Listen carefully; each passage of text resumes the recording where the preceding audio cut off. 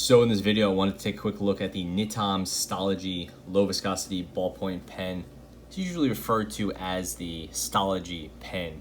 And it's sold on Amazon and eBay, usually on eBay. Usually it will ship from Japan. It's made in Japan.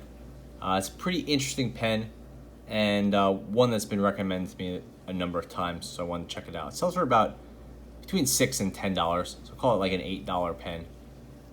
So it's from a company called Nitoms. It's known as the Stalogy. Apparently that's some sort of neologism for stationary standard and technology. But if you look at the packaging, which is very simple, you'll see low viscosity ballpoint. I think it's a hybrid ink, but they always call it ballpoint, just on the side there.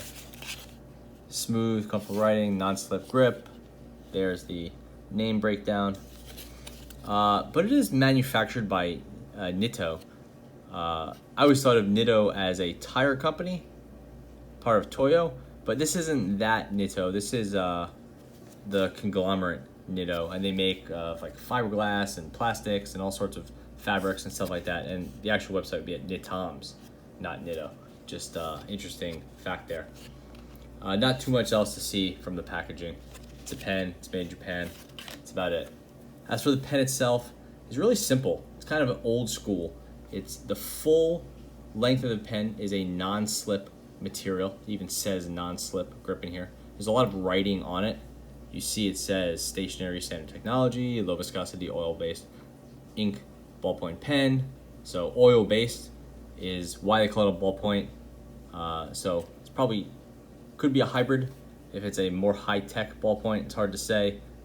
Plus, you're also sort of splitting hairs here. Is what some companies call a ballpoint. Others might call something else. 0.7 millimeters, so it's a little bit on the wider side. And then there's some more writing. The link between stationary and people began when people first used a stick to draw on the ground what should have been, comma, is. Just doesn't really mean anything. I guess it's kind of cool that it's there. Made in Japan, number 15, 139 millimeters in length. Very simple past that. We have a low profile, kind of cheap feeling clip. Kind of like Zebra uses on some pens, but not quite as nice. Very simple piece up front, again, reminiscent of Zebra. And then just a metal clicker. Kind of an indistinctive feel. And then the whole body, again, is covered in this non-stick material, which I don't know if you could see, it is perpetually filthy. No matter what you do to clean this off, short of wiping it down, it will pick up dust from anywhere.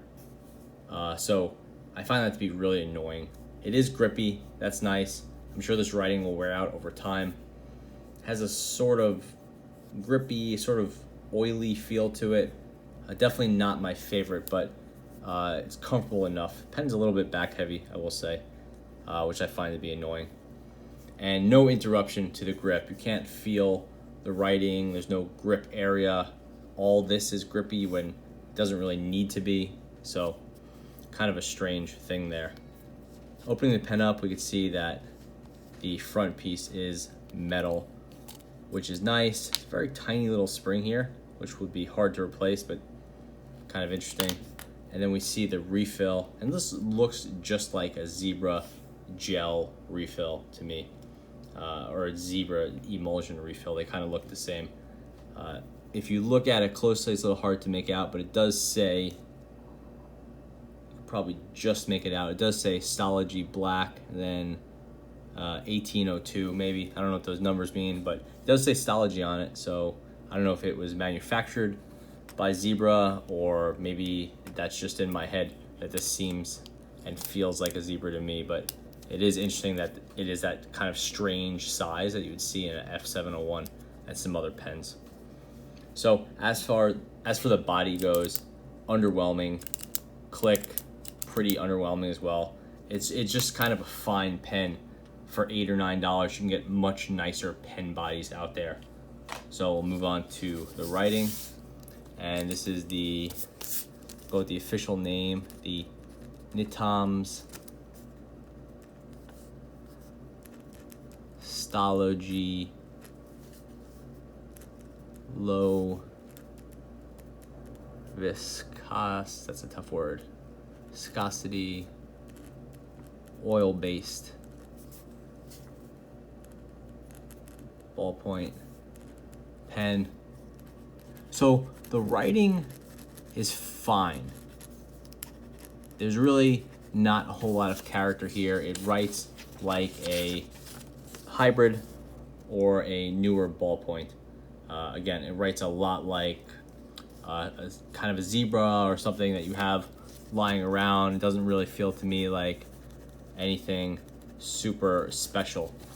It's definitely reliable and it gets the job done, but this is the sort of refill that you could pick up from almost any pen. I'm looking to see what's on my desk, and almost everything I have lying around is better. Here's a, for example, here's a Timeline, which is a gel pen, and this is the Timeline from Pilot.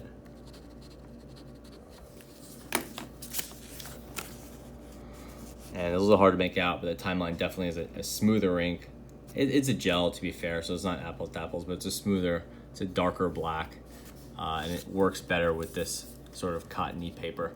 The low viscosity feel is true. You know, it is a lubricated ink, but there's just not a whole lot to it that really makes it stand out to me. So it's a good pen. If this pen sold in your local pen store or in a supermarket or something like that, I would definitely say go ahead and grab it. It's gonna get the job done. If someone bought, you know, a box of 110 of these for the office and you could just grab one on the way to your desk, perfect pen for that.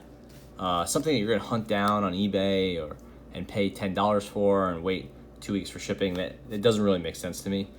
It's a totally adequate pen, but I'm not particularly impressed with it.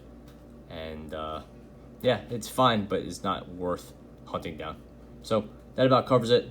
Thanks for watching. Let me know if you have any differing opinion.